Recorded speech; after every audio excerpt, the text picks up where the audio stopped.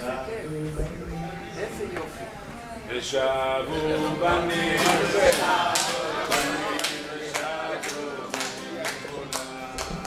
good afternoon.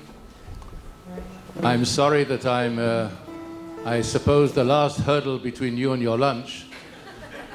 So I will try and be as brief as possible and keep to the point.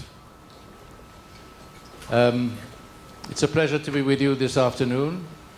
It's a pleasure to be the guest of Irgun Rabbanei Tzohar, an organization which I've been associated with for several years now. I commanded the operation of the Ethiopian Jews for 5 years, from 1980 to 85. It was a very, very complex operation. It was an operation which was fraught with a lot of dangers, a lot of threats. We were working in an environment which was very, very hostile to us in Sudan, enemy country. And the threats we took and the risks we took, I think, were without precedent in any operation that I know of the Mossad, and I served in the Mossad for close to 40 years.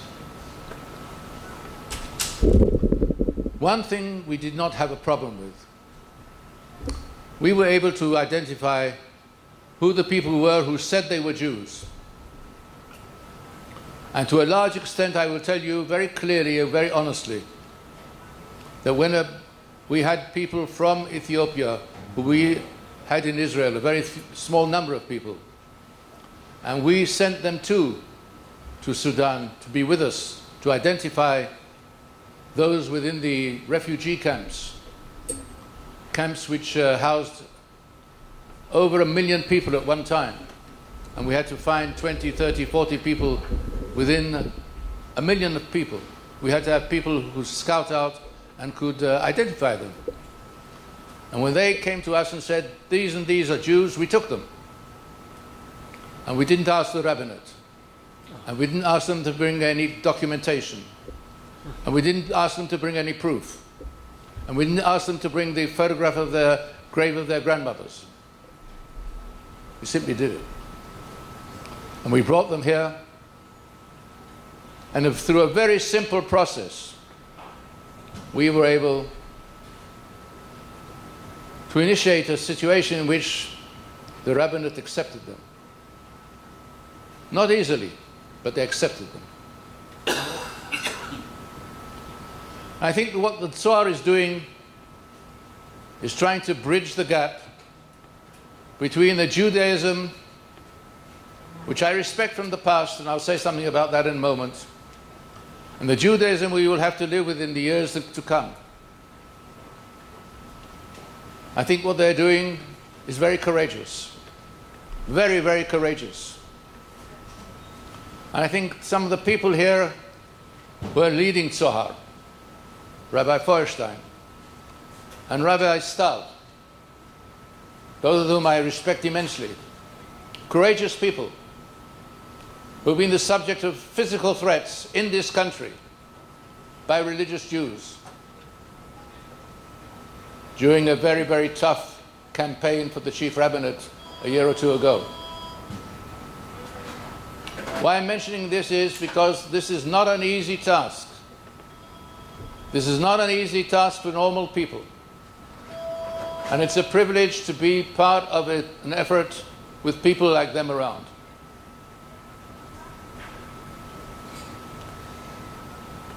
The problem with the Jews of the Soviet Union, ladies and gentlemen, is a very, very difficult problem. It's a difficult problem for the state of Israel, because the numbers are not the numbers of the Ethiopian Jews. We brought in between 20 to 30,000, that was it. There are not much more left. Real Jews. The Jews who came from the former Soviet Union are in the hundreds of thousands, well past 1 million. And in order to be able to bring them, the Knesset, the Parliament of Israel, passed a law which amended the basic law of return, Chok HaShvut. And the people who came here because they came here out of right. They were legally entitled to come here once the Knesset passed the law. And unfortunately, many of them, many of them, are going through human tragedies, the like of which you cannot imagine, in order to so-called prove their Judaism.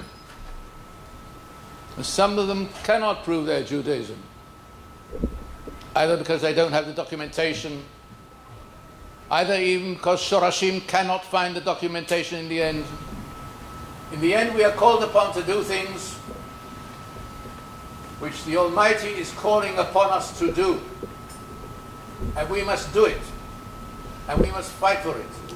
And struggle for it. And with people like Zohar, we will succeed in it. For one simple reason, ladies and gentlemen. There is no other option than success for that.